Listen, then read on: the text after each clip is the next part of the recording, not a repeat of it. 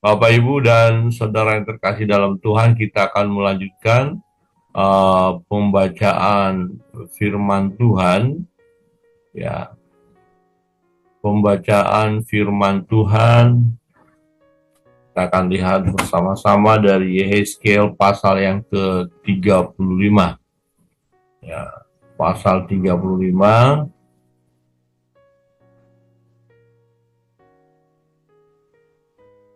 Masing-masing kita bisa melihat Alkitabnya. Saya akan membaca ayat 1 sampai dengan ayat 4. Murka Tuhan atas pegunungan Seir. Datanglah firman Tuhan kepadaku, hai anak manusia, tunjukkanlah mukamu kepada pegunungan Seir, bernubuatlah melawan dia, dan katakanlah kepadanya, beginilah firman Tuhan Allah, aku akan menjadi lawanmu, hai pegunungan Seir, dan aku akan mengacungkan tanganku melawanmu, dan akan menjadikan engkau musnah dan sunyi sepi. Aku akan menjadikan kota-kotamu reruntuhan, dan engkau menjadi sunyi sepi, dan engkau akan mengetahui bahwa akulah Tuhan. Nah, Bapak Ibu Saudara terkasih dalam Tuhan, nubuatan ya dari Allah yang melalui Nabi Yehezkiel kepada pegunungan Seir. Ya, pegunungan Seir ini siapa? Pegunungan Seir adalah Edom. Ya, Edom itu masih kerabat daripada Yehuda dan Israel. Ya, di mana ini bersaudara leluhur mereka antara Yakub dan Esau. Ya, jadi pegunungan Seir akan dihukum oleh Tuhan, akan mendapatkan murka Allah. Pegunungan Seir atau Edom akan dihancurkan dan dimusnahkan. Dikatakan kota-kotanya akan menjadi sepi. Dan pertanyaan mengapa turun murka Allah kepada pegunungan Seir dijelaskan di ayat 5 alasannya. Ya, oleh karena dalam hatimu terpendam rasa permusuhan yang turun-temurun, dan engkau membiarkan orang Israel menjadi makanan pedang pada hari sial mereka. Waktu saatnya tiba untuk penghakiman terakhir. Oleh sebab itu, demi aku yang hidup, demikianlah firman Tuhan Allah, aku akan menjadikan engkau darah, dan darah akan mengejar engkau, oleh sebab engkau bersalah karena mencurahkan darah, maka darah akan mengejar engkau. Nah, jadi dikatakan alasannya ada sakit hati, ya, ada permusuhan yang terus-menerus dan tidak terselesaikan. Nah, ternyata permusuhan itu dimulai dari nenek moyang mereka antara Yakub dan Esau. Nah, kemudian keturunannya terus turun-temurun ya bermusuhan. Nah, secara khusus untuk Seir atau Edom, mereka bersukacita atas penderitaan orang Israel. Dan kita tahu ketika orang Israel melewati daerah mereka, mereka tidak memberikan. Bahkan ketika Israel mengalami malapetaka, mengalami pedang, mereka ikut ambil bagian di sana untuk mengambil keuntungan dari penderitaan orang Israel. Dan ini satu hal yang jahat, ya, permusuhan yang terpendam turun-temurun. Ini adalah satu dendam kesumat, ya, yang seharusnya ya mereka harus menyelesaikan karena mereka saudara. Nah, jadi satu perhatian juga bagi kita, jangan sampai antara saudara memiliki dendam kesumat, itu tidak baik, ya. Ini permusuhan yang terus-menerus. Nah, kalau kita tahu, misalnya kita memiliki dendam kepada orang lain, ya, atau bermusuhan, maka ketika mereka mengalami penderitaan, mengalami penganiayaan, kita ikut bersukacita. Nah, itu sesuatu hal yang jahat, ya. Tetapi fakta seperti itu. Kalau kita lihat orang lain yang menderita, ya, yang susah, dan mereka adalah musuh kita atau orang-orang kita tidak sukai, maka kita akan berkata, syukurin deh, rasain lo, kenapa lu kayak gitu, gitu. Kenapa kamu apa ya bermusuhan dengan saya? Nah, penderitaan itu terjadi karena tindakanmu kepadaku yang jahat, kira-kira begitu. Ya, tetapi sebenarnya itu sangat tidak baik, ya, karena orang lain sudah menderita. Kalaupun toh itu hukuman Tuhan bagi mereka karena bermusuhan dengan kita, kita nggak perlu mensyukuri itu. Tetapi ya kita melihat mereka sebagai pribadi-pribadi yang selayaknya memang dihukum karena perbuatan mereka. Tapi kita jangan melibatkan diri kita menjadi berdosa karena kita bersyukur atas penderitaan orang lain. Nah, jadi itu sesuatu yang jahat. Nah, pegunungan Seir akan dimusnahkan. Alasannya jelas sekali. Dan inilah firman Tuhan. Artinya Tuhan akan bertindak. Nah, dikatakan karena mereka juga mencurahkan darah, ya terlibat juga menganiaya orang Israel dan orang Yehuda. Maka dikatakan, ya engkau bersalah karena mencurahkan darah, maka darah akan mengejar engkau. Jadi semacam tabur tua ya, hukum tabur tua ya, atau mereka mendapatkan karmanya. Ya, jadi karena mereka mencurahkan darah, ya mereka pun akan darah mereka akan tercurah juga. Ya, nyawa ganti nyawa, gigi ganti gigi. Artinya perbuatan mereka ya tidak bisa luput begitu saja. Mereka harus bertanggungjawabkan apa yang mereka lakukan. Nah, pun demikian dengan kita Bapak Ibu Saudara terkasih dalam Tuhan. Kalau kita melakukan hal yang jahat, bagaimana mungkin hal-hal yang baik yang kita terima? Pasti akan datang juga yang jahat buat kita, karena apa yang kita tabur itu yang akan kita tuai. Nah, untuk itu kita harus berwaspada ya dalam kehidupan kita. Ya, jangan sampai kita ya melakukan sesuatu yang hari ini ya kita pikir itu membahagiakan kita, padahal itu sesuatu yang salah di hadapan Tuhan. Nah, kalau kita lakukan itu, maka di hari yang akan datang ya murka Tuhan yang kita alami. Nah, di ayat 10 berkata begini, oleh sebab engkau mengatakan kedua bangsa itu dan kedua negeri itu akan menjadi milikku dan kita akan memilikinya. Sebetulnya Tuhan ada di situ. Nah, kedua bangsa itu yang mana yang dimaksud? Yaitu bangsa Israel dan bangsa Yehuda. Nah, ini sudah menjadi dua bangsa ya. Nah, dan orang-orang Edom yang pegunungan Seir, orang Seir berkata, dua bangsa itu milik kita. Jadi mereka mengklaim akan menguasai Israel dan Yehuda. Nah, padahal ada Tuhan di situ. Nah, oleh sebab itu demi aku yang hidup. Ayat 11, demikianlah firman Tuhan Allah, aku akan memperlakukan engkau seperti engkau memperlakukan mereka dalam murkamu dan cemburumu yang timbul dari kebencianmu terhadap mereka. Dan aku akan menyatakan diri kepadamu pada saat aku menghakimi engkau, dan engkau akan mengetahui bahwa aku Tuhan. Mendengar segala penistaanmu yang kau ucapkan melawan gunung-gunung Israel yang demikian. Gunung-gunung itu sudah menjadi sunyi sepi dan diserahkan kepada kita menjadi makanan kita. Dengan demikian kamu membesarkan dirimu terhadap aku di dalam ucapanmu, dan banyak sekali kata-katamu terhadap aku mendengarnya. Jadi jelas sekali ini dosa orang-orang Seir atau Edom ini luar biasa. Dan Tuhan tahu semuanya, Tuhan mendengar, bahkan dikatakan Tuhan dengar mereka menyepelekan Tuhan. Kira-kira begini, oh Tuhan ada di situ, nggak ada Tuhan-Tuhannya, pokoknya bangsa itu kita sikat aja, ya bangsa itu kita miliki, kita hancurkan, padahal ada Tuhan di situ. Nah, Tuhan mendengar, ya Tuhan mendengar. Dengan demikian kamu membesarkan dirimu terhadap aku dalam ucapanmu. Jadi mereka sombong ya, mereka sombong dan mengabaikan keberadaan Allah. Nah, kadang-kadang kita bisa terjebak dengan situasi seperti orang-orang Seir ini.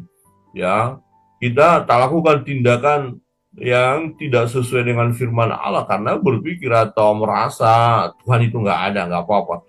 Nah, maka kita seringkali terjebak dalam ya secara praktiknya kita ateis. Ya, secara teologi kita berkata kita orang percaya, tetapi prakteknya kita ateis, tidak percaya sama Tuhan. Nah, karena begini, ketika kita tahu kebenaran firman Tuhan itu, tetapi kita tidak lakukan, ya. Jadi misalnya, oh nggak boleh mencuri, betul nggak boleh mencuri, tapi kita terjebak dalam tindakan-tindakan kita mencuri dan di dalam kesadaran kita mencuri. Itu sama saja kita ya mengabaikan Tuhan, ya tidak menganggap Tuhan itu ada. Nah, misalnya dendam kusumat ini tidak menyelesaikan rasa dendam, padahal kita tahu itu tidak baik, tetapi prakteknya kita tetap dendam, berarti kita mengabaikan Allah. Padahal Allah memerintahkan, ya ada perintah supaya kita mengasihi, tapi kita tidak lakukan itu. Nah, kemudian kita melakukan banyak tindakan yang sebenarnya kita tahu itu melanggar firman. Nah, ketika kita melakukan tindakan-tindakan yang kita tahu itu tidak sesuai dengan firman Allah, tetapi kita tetap lakukan, itu sama saja kita menganggap Tuhan tidak ada. Sebab jika kita tahu Tuhan itu ada dan kita takut akan Dia, maka kita tidak akan terus melakukan hal-hal yang jahat itu. Nah, orang-orang Seir, Edom, tetap melakukan hal yang jahat, dan firman Tuhan katakan mereka melawan Tuhan. Jadi tindakan yang terus melakukan hal yang jahat itu adalah tindakan melawan Tuhan. Jadi orang-orang yang tidak mau bertobat dari perbuatan-perbuatannya yang jahat itu sama dengan dia melawan Tuhan atau menganggap Tuhan itu tidak ada. Ya, nggak apa-apa, lakukan aja yang jahat. Oh kan orang berkata ada Tuhan, Tuhan nggak ada. Buktinya aman-aman aja kita. Ya, sehingga orang-orang tetap saja melakukan hal yang jahat. Nah, bagaimana mungkin Tuhan tidak akan menghukumnya? Nah, bagaimana mungkin Seir tidak akan dihukum dengan kehidupan mereka seperti ini yang menantang Tuhan atau melawan Tuhan? Mereka mau memiliki Yehuda dan Israel, padahal ada Tuhan di situ. Ya, maka dikatakan, aku akan memperlakukan engkau seperti engkau memperlakukan mereka dengan murkamu. Jadi orang-orang Seir murka kepada Israel dan Yehuda, ya, maka Tuhan pun akan murka kepada orang-orang Seir ini. Nah, ini yang dikatakan, masing-masing kita harus menanggung perbuatan kita, ya. Apa yang kita lakukan itu akan menentukan akan apa yang akan kita terima.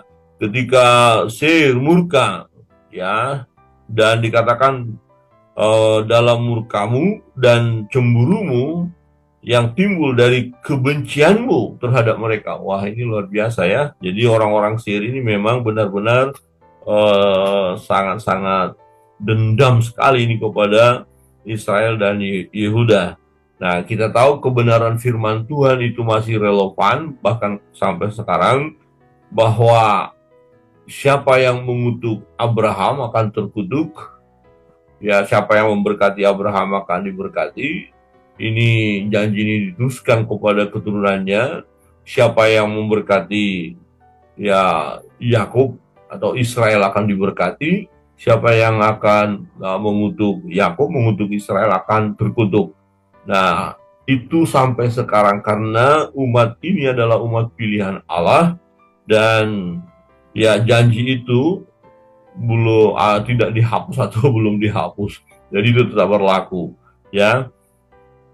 Ayat 12, dan engkau akan mengetahui bahwa aku Tuhan, mendengar segala penistaanmu yang kau ucapkan melawan gunung-gunung Israel yang demikian. Jadi segala penistaan, segala tindakan-tindakan yang mereka lakukan terhadap umat pilihan Allah, Allah tahu.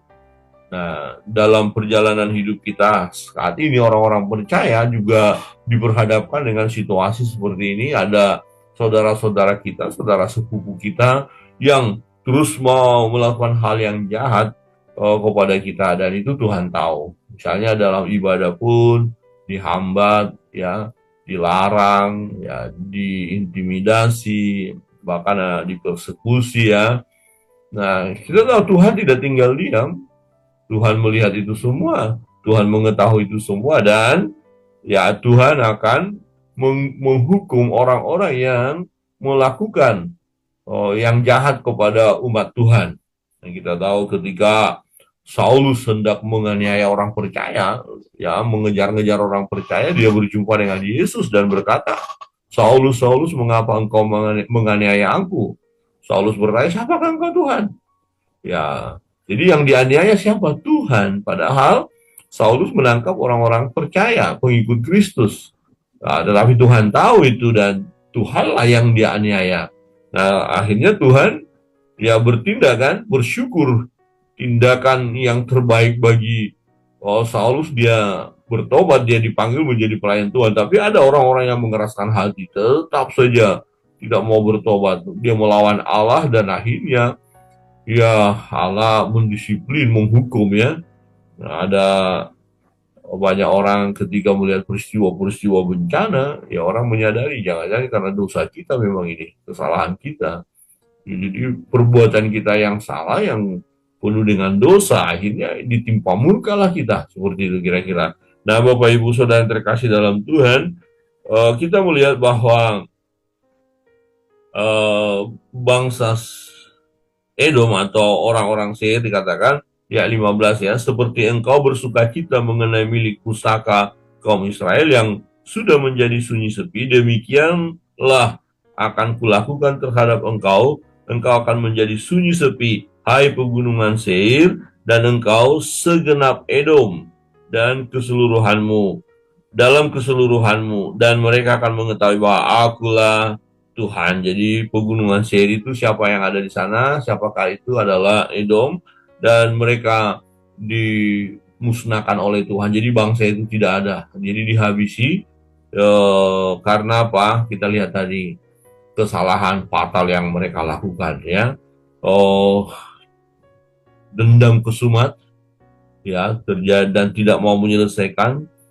Kemudian ingin menguasai umat pilihan Allah, menganiaya, ya bersukacita di atas penderitaan umat itu, ya, dan kita lihat mereka melawan Allah, ya, menganggap Allah itu tidak ada, padahal Allah dengar semua apa yang mereka percakapkan, apa yang mereka katakan, apa yang mereka rancangkan, dan Allah melihat apa yang mereka buat, dan akhirnya dalam kedaulatan Allah, maka bangsa itu pun dihukum.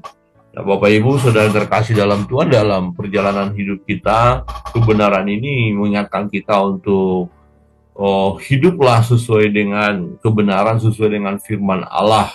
Ya, kita hindari dosa-dosa atau kejahatan seperti yang dilakukan oleh orang-orang Edom, kalau orang-orang yang di pegunungan Seir itu. Ya, jadi jangan kita mau ya mengalami permusuhan dengan saudara-saudara kita terus-menerus. Bahkan ini saudara sendiri, jangan sampai itu terjadi. Jangan ada dendam kesumat, ya, jangan ada sakit hati yang berkepanjangan ya. Semua harus diselesaikan ya supaya kita aman ya. Jangan sampai menderita oleh karena perbuatan kita tidak mau mengampuni orang lain ya. Jelas sekali dalam doa Bapa kami itu, ampuni kami seperti kami juga mengampuni orang yang bersalah kepada kami. Jadi jangan sampai kita ada dendam, sakit hati ya, yang mengakibatkan kita rugi sendiri ya. Nah, yang kedua, kita lihat jangan kita ya mau memiliki orang lain, menguasai orang lain. Ketika orang lain lemah, kita mulai mau menguasai, seperti orang-orang Seir mau menguasai Israel ini. Udah, mereka berkata itu milik kita, padahal itu milik Tuhan. Jadi jangan kita menganggap milik kita yang adalah milik Tuhan ya. Itu sangat berbahaya. Dan yang ketiga, kita lihat bagaimana orang-orang Seir melawan Allah ya, dan Allah tahu itu. Jadi jangan sampai kita hindari, jangan sampai melawan Allah ya. Artinya ketika tahu firman Tuhan ya kita lakukan. Ya, jangan kita malah cuek dengan kebenaran itu atau mengabaikannya. Nah, Bapak Ibu Saudara terkasih dalam Tuhan, kebenaran firman Tuhan kiranya menguatkan dan meneguhkan iman percaya kita. Mari kita terus setia kepada Tuhan. Nah, persoalan orang-orang yang melakukan hal yang tidak baik kepada kita, ya, yang berbuat jahat kepada kita, kita jangan membalas, sebab pembalasan adalah haknya Allah, dan percayalah tepat pada waktunya mereka akan mendapatkan yang setimpal dengan apa yang mereka buat. Ya, kiranya Tuhan memberkati kita. Abang Pendeta Marbun berdoa mengucap syukur untuk firman Tuhan.